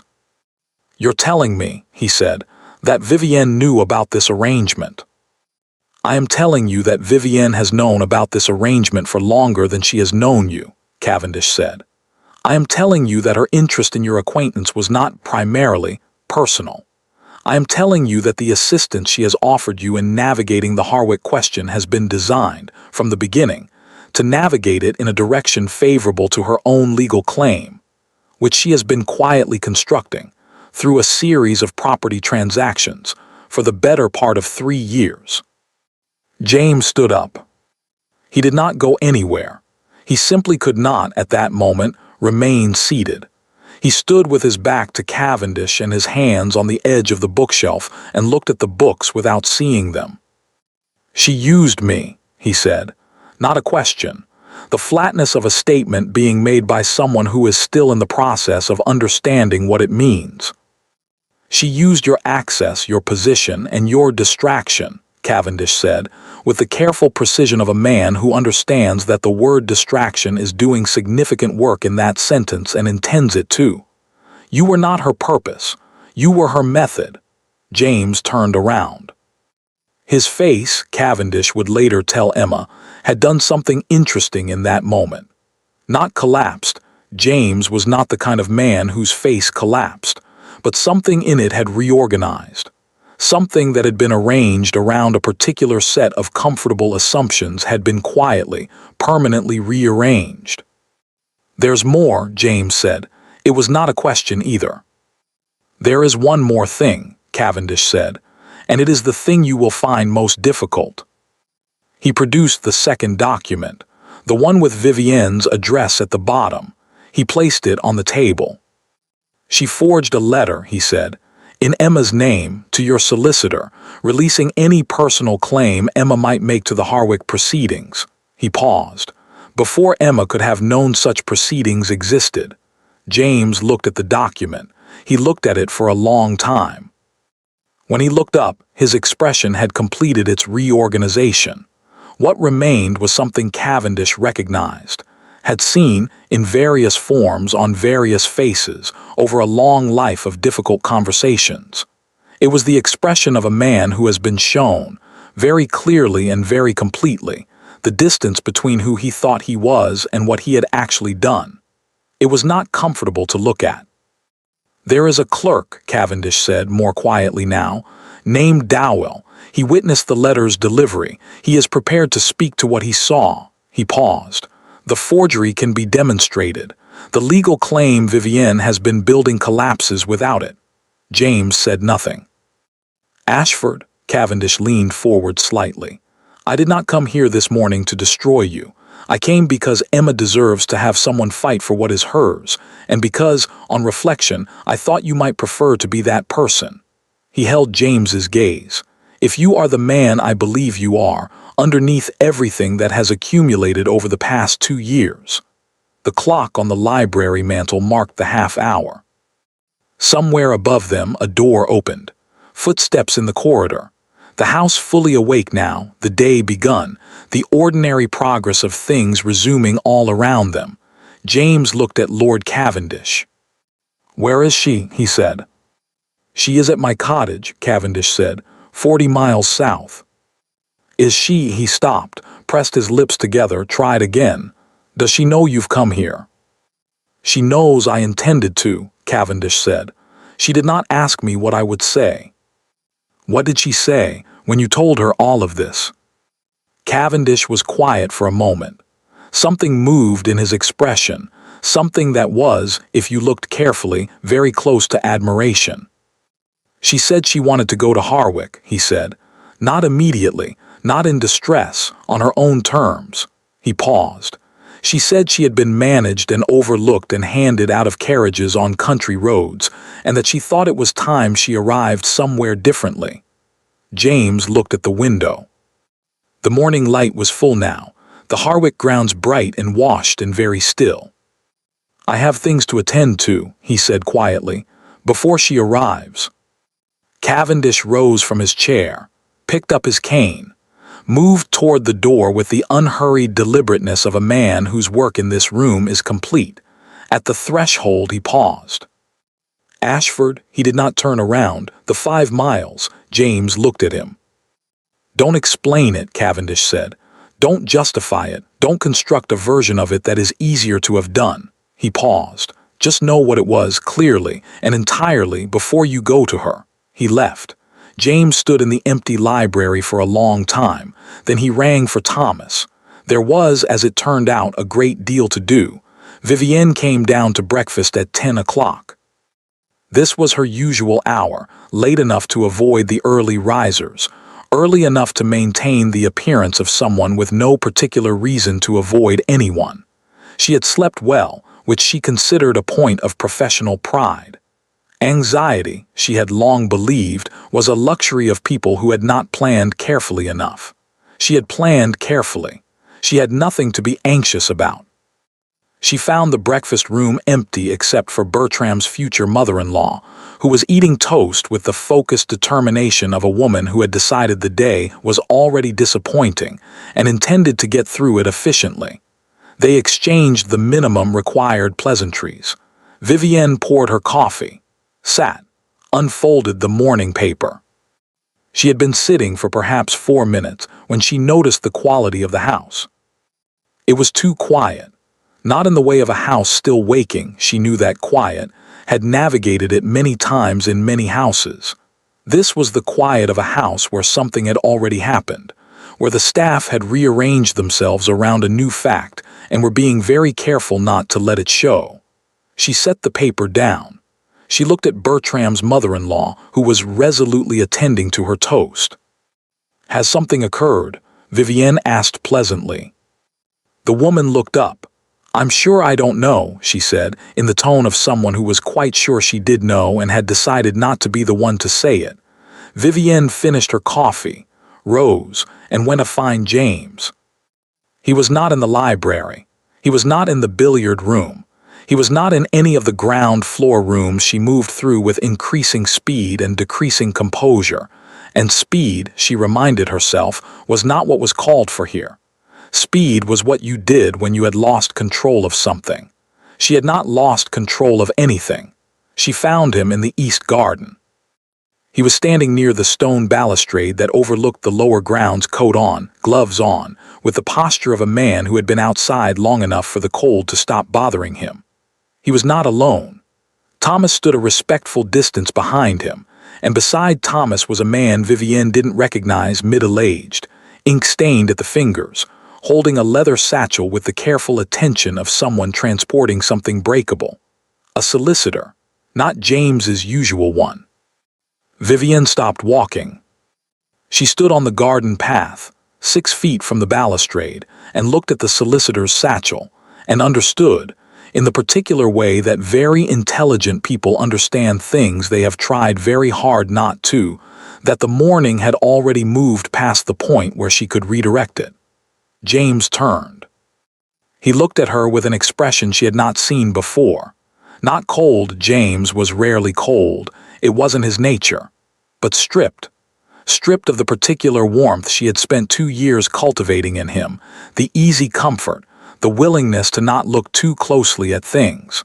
What remained underneath was something quieter and considerably less manageable. "Vivienne," he said. "James," she kept her voice even, pleasant, the voice of a woman who has found a friend in an unexpected place and is simply stopping to say good morning. "I didn't realize you'd be outside. It's cold." "Yes," he said, "I've been talking with Mr. Finch." He indicated the solicitor without looking at him. "He's come up from London, at Lord Cavendish's request originally, but I've been speaking with him directly for the past hour." Vivienne looked at Mr. Finch. Mr. Finch looked at his satchel. "Cavendish," she said. The name came out level. She was proud of that. "He was here this morning," James said. "We had a conversation, a long one." He paused. "He brought documents." The garden was very still. The wet grass held the morning light in small, bright points. Somewhere beyond the balustrade, a bird was making a sound that seemed, to Vivienne's ears, unnecessarily cheerful given the circumstances. "What sort of documents?" she asked. James looked at her for a moment. Then he reached into his coat and produced a folded paper, and even from 6 feet away, even in the cool morning light, Vivienne recognized it. Not the specific document, she had not seen that particular copy, but she recognized its dimensions, its age, the color of the paper. Her stomach performed a movement she did not permit her face to reflect. "An agreement," James said, "between my father and Emma's mother regarding the Harwick land." He held it without unfolding it. "You've seen this before." It was not a question. He had learned overnight to stop offering her the escape of questions. "James, not the original perhaps, but you know what it contains." He put it back in his coat. "Cavendish has been thorough. I want you to understand that before we continue. Whatever version of this conversation you had planned, it starts from a position of considerably less advantage than you think." Vivienne looked at him. She made a rapid series of calculations, the kind she was very good at, fast and unsentimental, running through available positions the way a chess player runs through available moves. She could deny. She could redirect, suggest that Cavendish had a personal agenda, that his connection to Emma made him an unreliable source, that documents of that age were subject to misinterpretation. She could appeal to the past 2 years, to what they had been to each other, to the genuine feeling that had existed alongside everything else. She selected none of these. She selected, instead, the thing she almost never used, a version of the truth. "I knew about the agreement," she said. "Yes." Something moved through James's expression. Not surprise. He had been prepared for this. Something more like the particular exhaustion of having a thing confirmed that you had spent the night hoping might be wrong. "Before you knew me," he said. "Yes." "Before Pemberton introduced us." "Yes." The introduction was arranged, she said, by me through Pemberton. She kept her voice even, matter of fact. If this was going to be said, she would say it without flinching. Flinching served no one. "I needed access to your understanding of the Harwick situation. Your father had left the documents in disarray and the legal position was unclear. I needed to understand what the Ashford estate believed it held." James was very quiet. "And once you understood," he said, "I began securing an alternative claim." She paused. "Through legitimate property transactions. Nothing I did was illegal." "The letter," James said, "in Emma's name." The garden was very still. Vivienne held his gaze. "That," she said carefully, "was a separate matter." "Was it?" Not a question. The flatness of a man who has run out of patience for constructions that separate things that are not actually separate. "The letter was a precaution. Emma had been looking at the land registry. I wasn't certain how much she understood. I needed to ensure that her name could not be used to complicate the legal proceedings at a critical moment." "You forged her signature." "I drafted a document that—" "You forged her signature." The repetition was quiet and entirely final. "On a legal document, to remove her right to property that was specifically left to her by her mother." Vivienne said nothing. "There is a clerk," James said, "named Dowell." And there it was. The thing she had not planned for because she had assessed Dowell and found him frightened and financially motivated and therefore manageable. She had not assessed him as someone who would speak. She had been wrong. It happened so rarely that she found, standing in this garden in the cold morning light, that she was almost distantly, academically interested in the fact of it. "I see," she said. "Mr. Finch," James said without looking away from her, "has the full documentation, Dowell's statement, the original agreement, a record of the property transactions you've been conducting." He paused. "And a letter, the real one, the one Emma's mother left for her, which Cavendish has been holding." Vivienne looked at him. She had not known about that letter. In 3 years of careful research, of thorough and methodical investigation of every relevant document and relationship, she had not known about that letter. It was, she recognized, the thing that had undone her. Not Dowell, not the agreement. The letter, the one variable she hadn't found because it hadn't been findable, because it had been sitting in the coat pocket of an old man who had spent 2 years looking precisely like someone who had simply stepped back from the world. She had underestimated Lord Cavendish. She had underestimated Emma. She had not, she realized, made the mistake of underestimating James. She had simply made the larger mistake of assuming that what he lacked in attention he lacked in principle. "What happens now?" she asked. James looked at her for a long moment. "Mr. Finch will explain the legal position," he said. "It is not favorable to you. The forged document voids any claim you might have established through the property transactions. Cavendish's solicitors are prepared to file the original agreement in full this week." He paused. "As for the rest, that is not something I intend to discuss in a garden." He turned to Thomas, said something quiet. Thomas nodded and moved toward the house. Vivienne watched him go. "James." She said his name not with the warmth she usually deployed it with. She was past that now. They were both past that, and she was not the kind of woman to use a tool that has been conclusively broken. She said it simply, as a form of address, nothing more. For what it's worth, what existed between us was not entirely. "Don't," he said. She stopped. "Not because I don't believe you," he said, "but because it doesn't." He looked away briefly toward the lower grounds, the wet grass, the bright still morning. "It doesn't change the weight of anything." He looked back. "You used Emma, specifically and deliberately, for 2 years. You diminished her, isolated her, removed her from her own life by degrees, and you forged her name on a document designed to take from her the one thing her mother left her. He paused. Whatever existed between us doesn't live in the same place as that. I can't hold them in the same hand. Vivienne looked at him.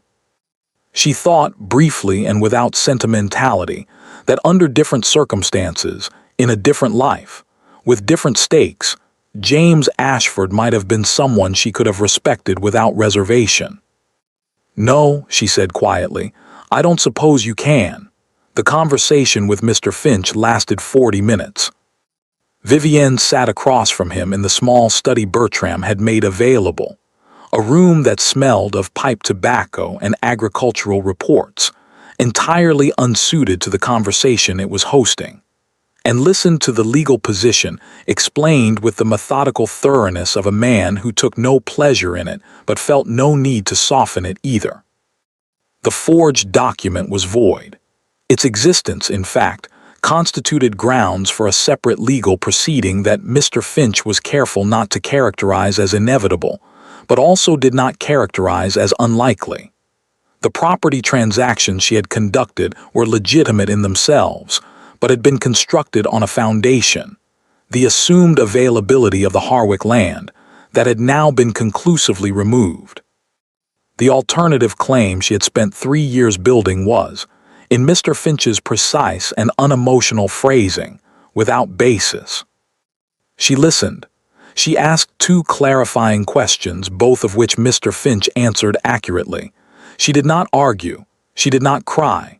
She signed the document he placed before her, acknowledging receipt of the legal notification, nothing more, with her usual small, clear hand. When it was over, she went upstairs. She sat at the writing desk in the east-facing bedroom for a long time, looking at the formal garden below. The solicitor's letter she had sent to Grantham 2 days ago, the one about proceeding, the one about the complicating factor being removed, was somewhere in the London postal system, about to arrive at an address it would now be entirely useless to reach.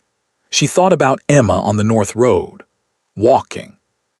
She had watched her from the carriage window with that feeling she had been almost proud of, the warm, satisfied sense of a plan proceeding. She had watched Emma's straight back, her unhurried steps, her absolute refusal to look behind her. She had seen composure. She had seen a woman absorbing a defeat. She had not seen, had entirely failed to see, a woman who had already decided something. Vivienne sat at the desk for a long time. Then she rang for her maid and asked for her trunk to be brought down. There was nothing left here worth staying for. She left Harwick at noon. No announcement. No farewell to Bertram, who would be confused but would accept whatever explanation was eventually offered, because Bertram accepted most things. She descended the front steps with her maid behind her and her luggage loaded, and her traveling dress absolutely correct in every particular, because whatever else was true, she had never left a house looking like someone who had been defeated. She was at the bottom of the steps when she heard footsteps behind her. She turned. It was not James. It was Thomas, standing at the top of the steps with his hands at his sides and his expression entirely neutral. "Safe journey, Miss Marcourt," he said. It was the correct thing to say. Formally correct, the sort of send-off you gave a departing guest. Miss Marcourt. Not my lady. Not the deference of a household staff member addressing a woman of acknowledged position. Just Miss Marcourt, the name she had arrived with, no more and no less. Vivienne looked at Thomas for a moment. Then she turned, walked to her carriage, and did not look back. Some habits, she thought, were worth keeping. James watched the carriage disappear down the Harwick Drive from the library window. He did not feel, watching it go, the things he had expected to feel. Not relief, not yet. Not grief exactly, though there was something in the vicinity of grief, the particular ache of understanding that a thing you had believed was real was built on a foundation you could no longer trust. He felt the ache of it without being destroyed by it, which told him something about the nature of what it had actually been. He turned from the window. On the desk behind him was a piece of paper. He had written 2 lines on it, then stopped, then started again, then stopped again, in the manner of a man who is very good at many things and has discovered that this particular thing, the thing he most needs to do, is not among them. He picked up the pen. He wrote, "Emma," then he stopped again. Thomas appeared in the doorway. "Your Grace, the carriage is ready if you'd like to go this afternoon." James looked at the paper, at the 2 words on it, at the enormous inadequacy of 2 words for everything that needed to be crossed. He set the pen down. "Yes," he said, "I'll go now." He folded the paper, put it in his pocket. He would not send it. He would bring it not to read to her, not to use as a prop in whatever conversation was coming, just to have it. The evidence that he had tried to find the words and found them insufficient and decided that insufficient words sent from 40 miles away were not what was owed.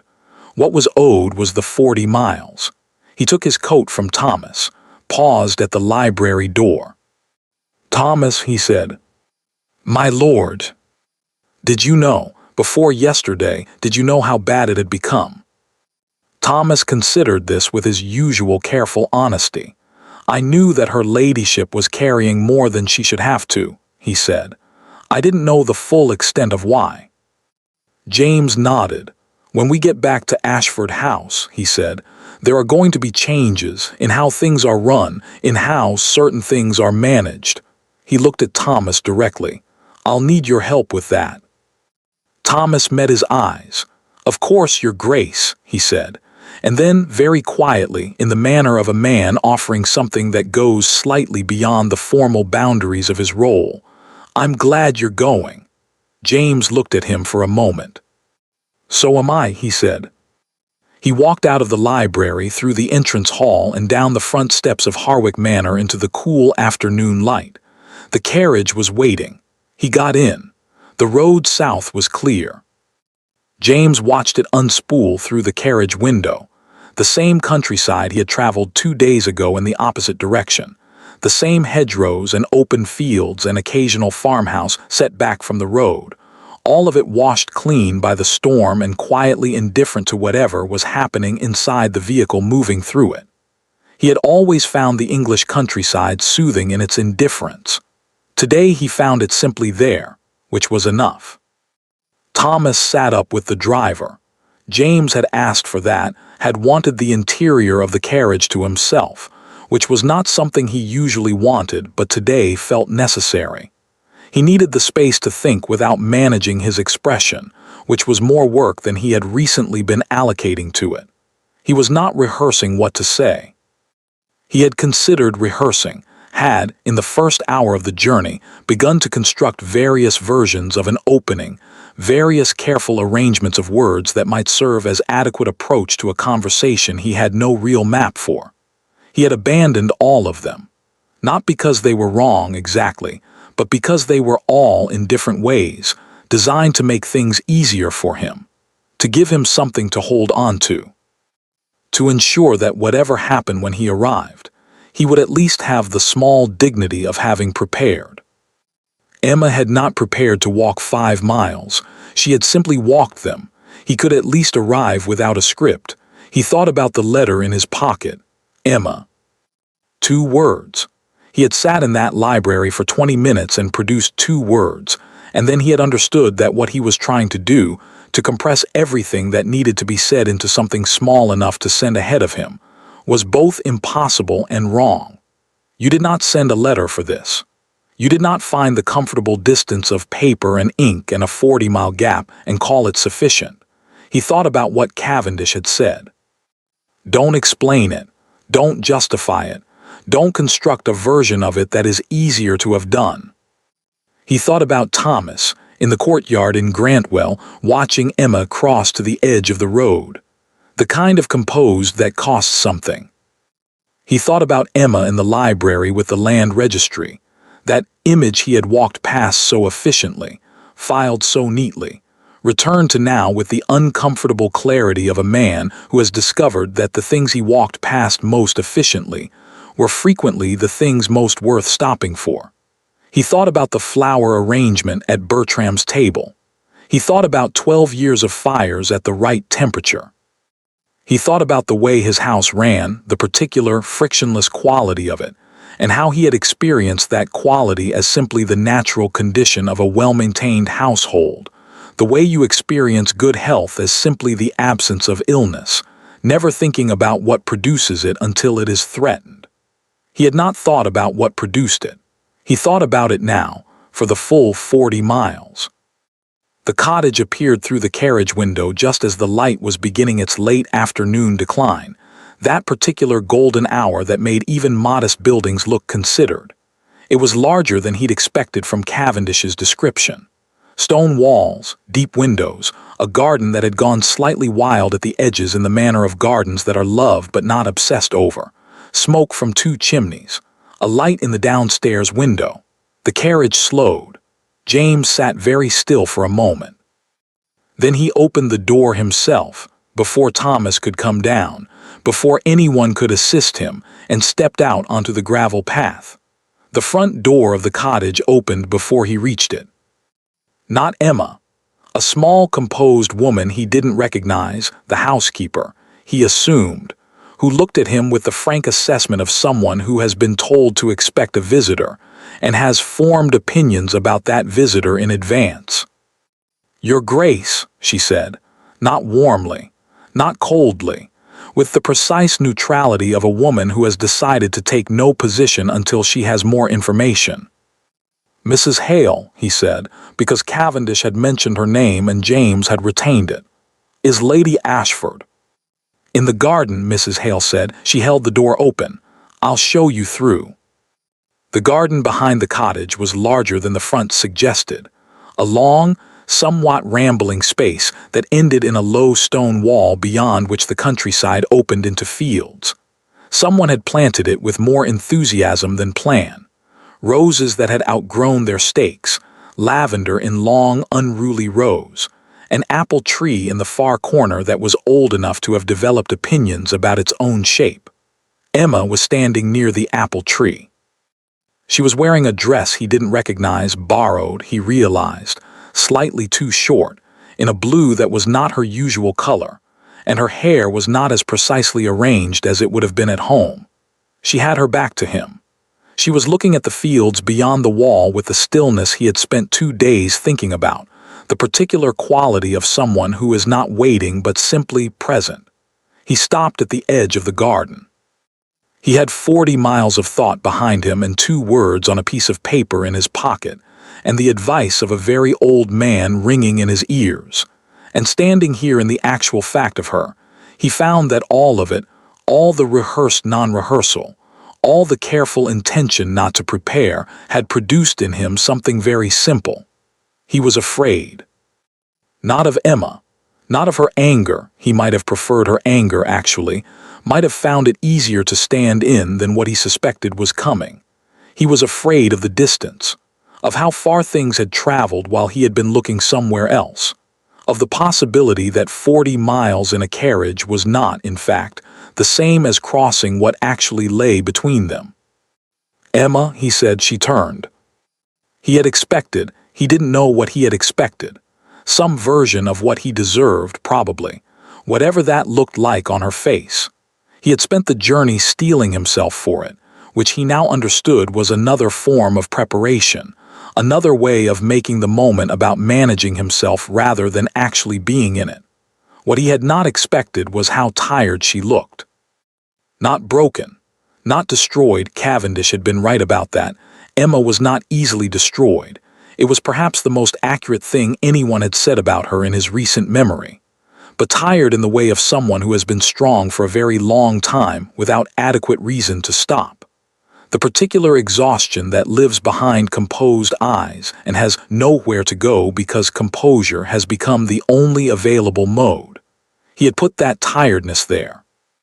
Not alone, not intentionally, but he had contributed to it consistently and over time in 100 ways he had been too comfortable to examine.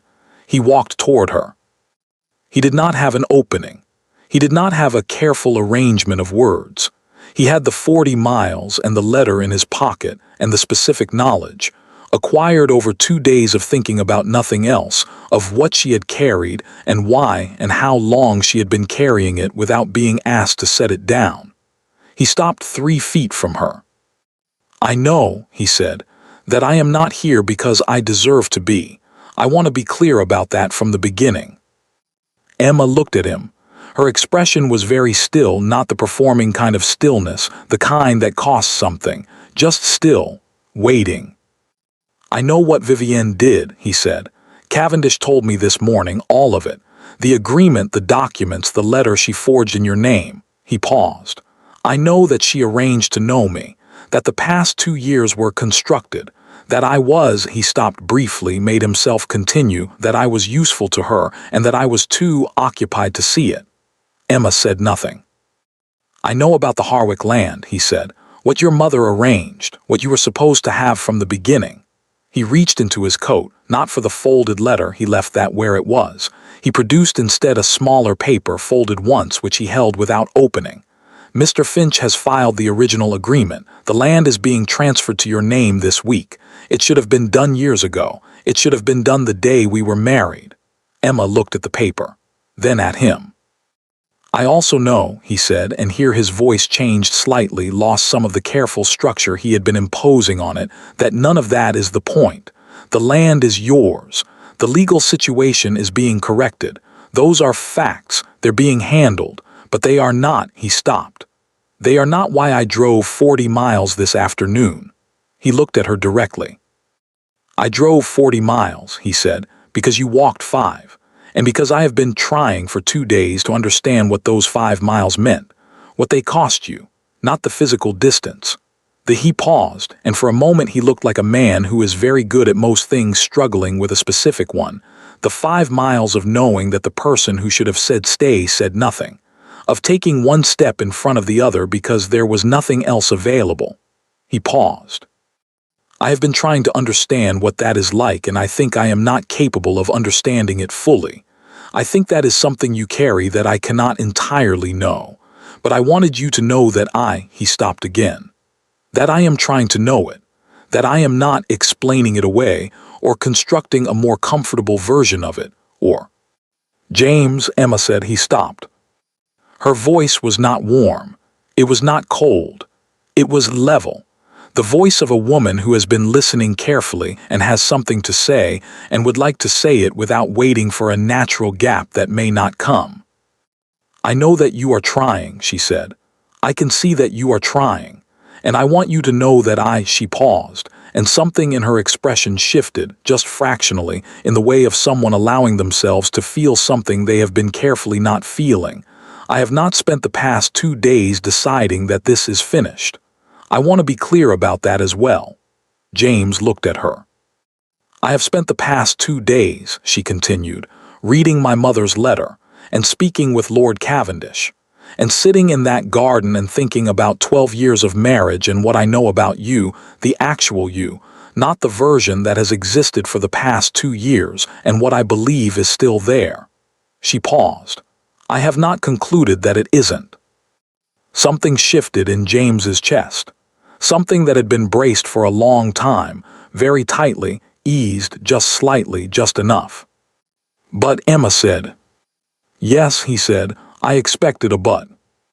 "I will not go back to what it was," she said. "It was not a threat. It was not even particularly forceful. It was simply a fact, stated with the quiet certainty of someone who has had 2 days alone with herself and arrived at a very clear conclusion. Not because I am angry, I am angry. I want to be honest about that. I am quite angry, but because what it was not a marriage, James. It was a management. I managed the house, and I managed your comfort, and I managed my own feelings, and I managed the appearance of a functioning household, and I did all of it very efficiently, and you were—" she paused. "You were not there. Not really. And I understood that that was partly Vivienne and partly circumstances and partly things that could perhaps have been different, but it was also you, choosing repeatedly not to look closely at things." James held her gaze. "Yes," he said. "I don't want to be managed around," she said. "I don't want to be the person who sorts things out quietly so that other people don't have to think about them. I don't want to be—" she stopped. Her voice was still perfectly steady, which he understood now to be an act of will rather than an absence of feeling. "I don't want to be handed out of carriages." "No," he said, "you won't be." "That is easy to say." "Yes," he agreed. "It is, I know that." He looked at her. "I also know that I am standing here in your garden 40 miles from where I should have been 3 days ago, and that this is insufficient as gestures go, that this does not constitute evidence of anything except that I got in a carriage and drove here, which is a very low bar." He paused. "I am not asking you to be convinced. I am asking you for time to constitute evidence, actual evidence. The kind that takes longer than one afternoon in someone else's garden." Emma looked at him for a long moment. The light in the garden was very beautiful, that golden late afternoon quality that the cottage seemed to have been positioned specifically to catch. The lavender moved slightly in a small wind. The apple tree in the corner held its complicated shape against the sky. "There is something you should know," Emma said. "Tell me." She reached into the pocket of the borrowed blue dress and produced a folded piece of paper, older than his, the paper cream-colored and slightly worn at the folds. She had been carrying it, he understood, since Cavendish gave it to her. "My mother wrote me a letter," she said. "She left it with Cavendish 20 years ago. He gave it to me 2 nights ago." She looked at the letter in her hands. "She wrote it the year before she died. She had some sense, I think, of how things might go, what I might encounter. She knew the Ashford estate. She knew your father." A pause. "She did not know you." "What did she say?" he asked quietly. Emma unfolded it. She did not read it aloud, not all of it. She looked at it for a moment in the golden light, and then she looked up at James and she said, "Do not let the management of a thing become a substitute for the having of it." She said, "A woman who is very good at enduring things will sometimes endure things she should not, because endurance has become more familiar than the alternative." She paused. She said, "If you find yourself standing in someone else's garden in a borrowed dress, that is the moment to decide what you actually want, not what you can manage, what you want." James looked at her. "What do you want, Emma?" he asked. It was the first time he had asked her that. In 12 years, in all the managed, efficient, frictionless 12 years, he had never asked her that specific question. He understood, asking it now, what an extraordinary omission that had been. Emma was quiet for a long moment. The wind moved through the lavender. "I want," she said carefully, "a husband who is present, who sees what is in front of him, who asks occasionally what I think and what I need and what I want, as you are asking now." She paused. "I want to attend dinners where my name card is on the table and not the floor. I want to travel in my own carriage. I want," her voice shifted very slightly, and something in it became less constructed and more simply true. "I want to be in the room with someone who is actually in the room." "I will be in the room," James said. She looked at him. "I know that is also easy to say," he said. "I know, but I am telling you I will be in the room, I will ask, I will see what is in front of me." He held her gaze. "I have spent 2 days seeing what I failed to see for 2 years. I find that I have," he stopped briefly, "I find that I have a great deal of catching up to do, and I would like, if you will allow it, to begin." Emma folded her mother's letter. She put it back in her pocket. She looked at James Ashford, standing in Lord Cavendish's garden in his traveling coat with his hat in his hands, and the particular expression of a man who has dismantled every comfortable version of himself on a 40-mile road, and arrived with nothing left to hide behind. And she felt, beneath the anger and the exhaustion and the long accumulated weight of 2 years of being somewhere adjacent to her own life, something else. Something she had been keeping in a very small, very protected place for quite some time. She had not stopped loving him. That was the thing she had discovered in 2 days alone with herself and her mother's letter, the thing she had not expected to discover and could not, having discovered it, pretend she hadn't. She had not stopped. It had gone quiet, had been forced quiet by the years of not being seen, of managing rather than being met, but quiet was not the same as gone. She knew the difference. She looked at him for a long moment.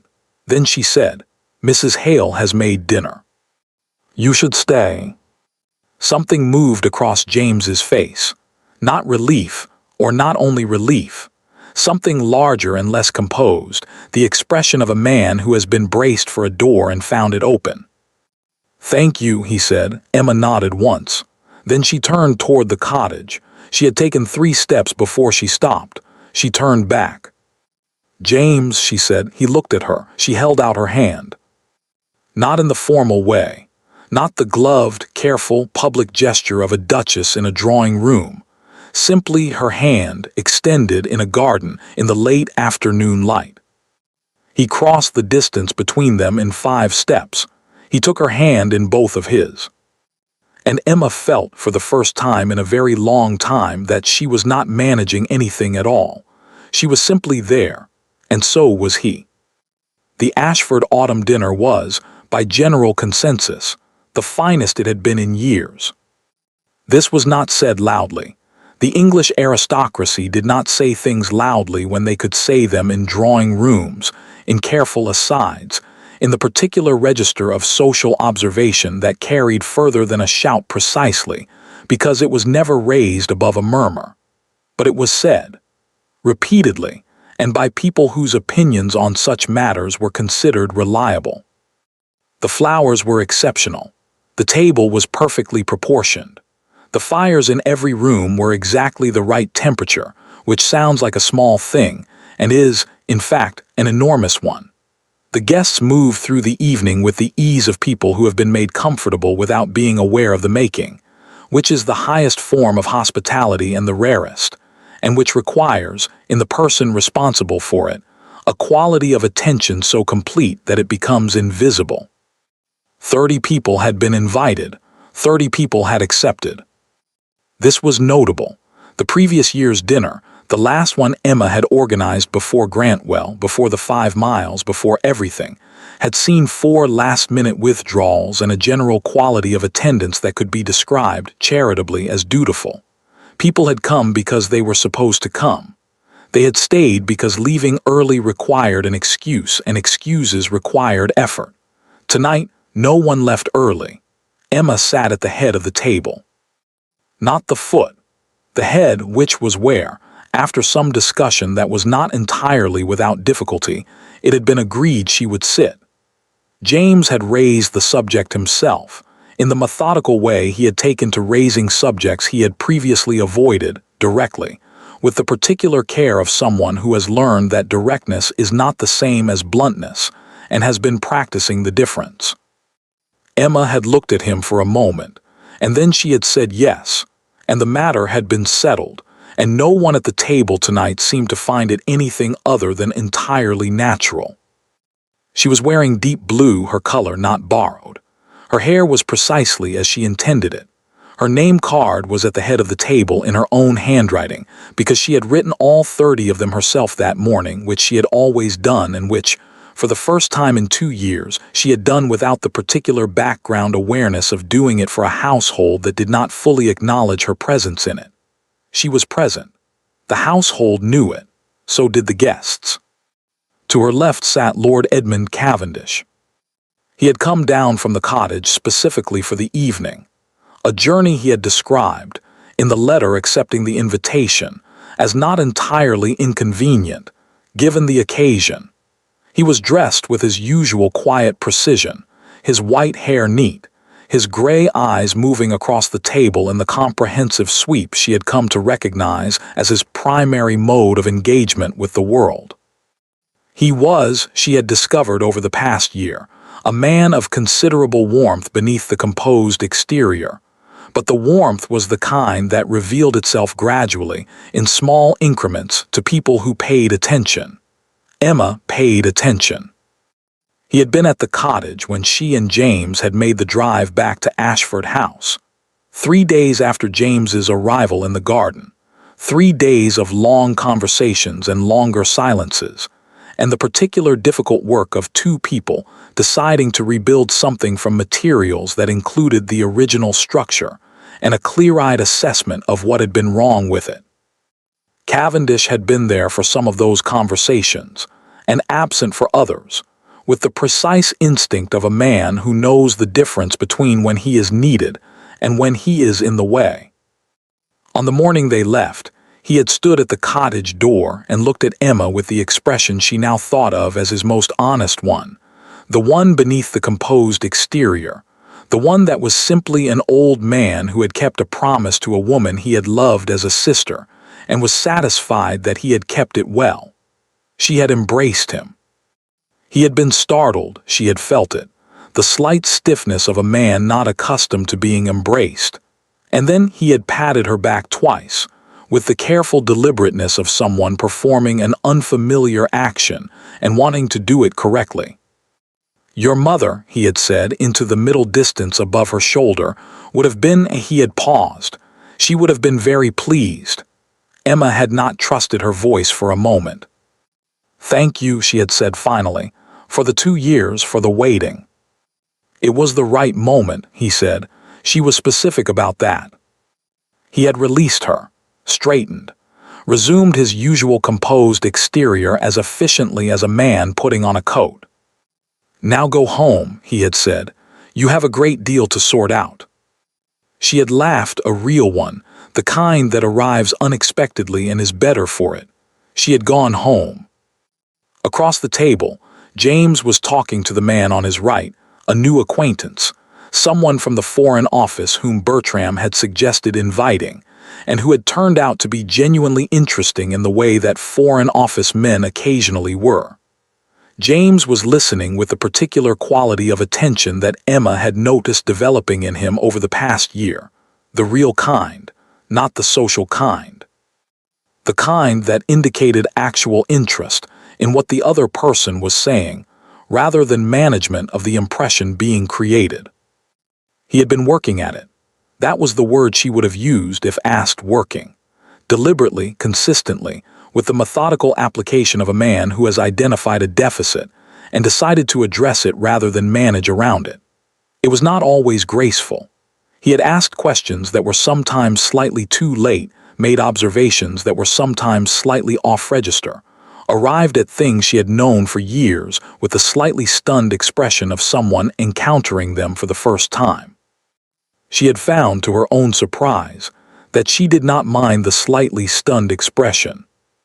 There was something in it, something genuine, something unperformed, that she had not previously had access to.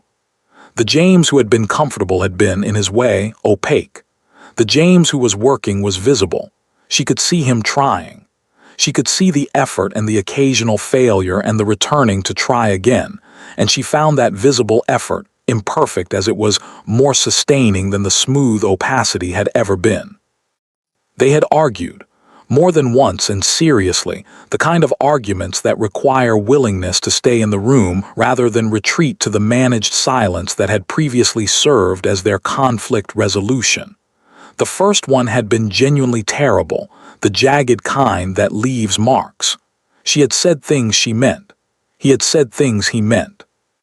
They had not resolved it in one evening, which had frightened her slightly, until she realized that unresolved arguments that continue the next morning are, in fact, a sign of two people still present in the conversation.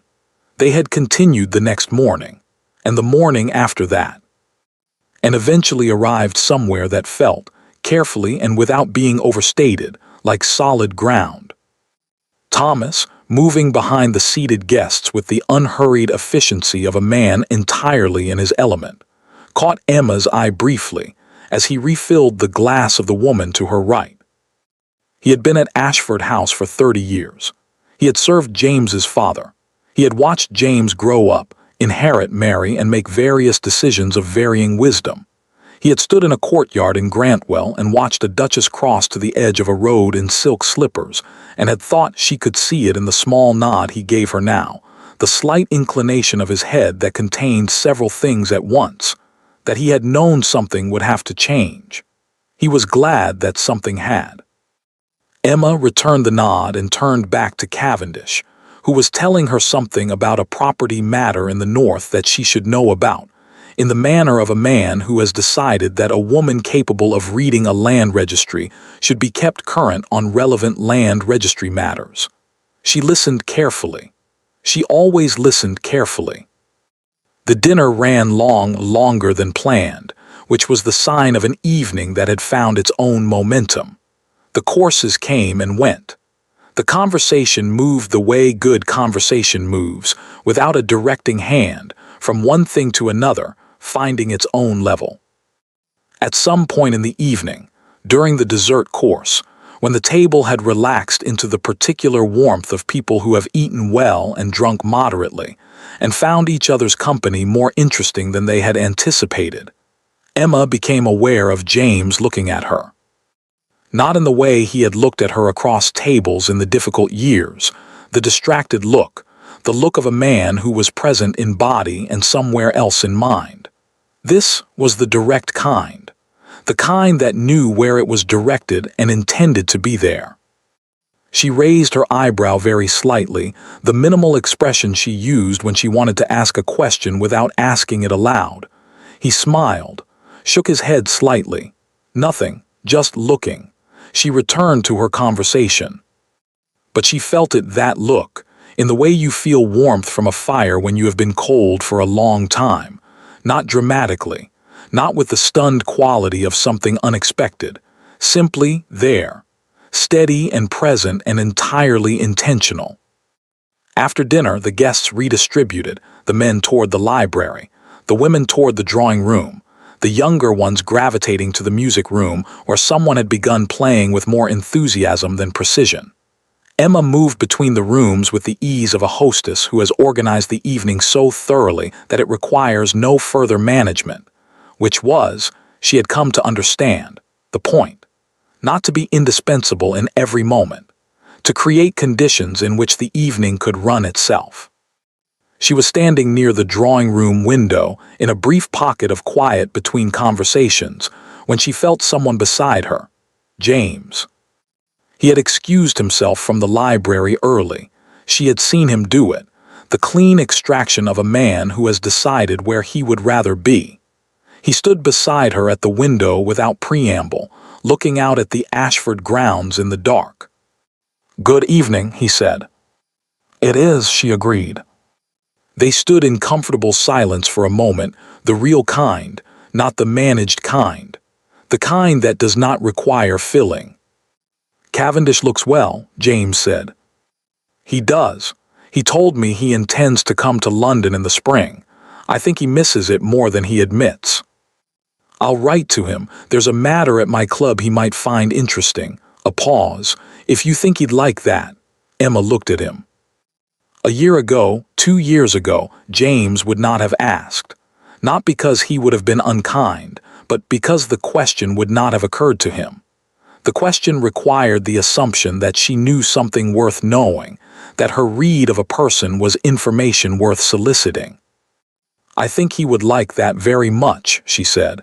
"He would pretend to find it a mild inconvenience, but he would like it."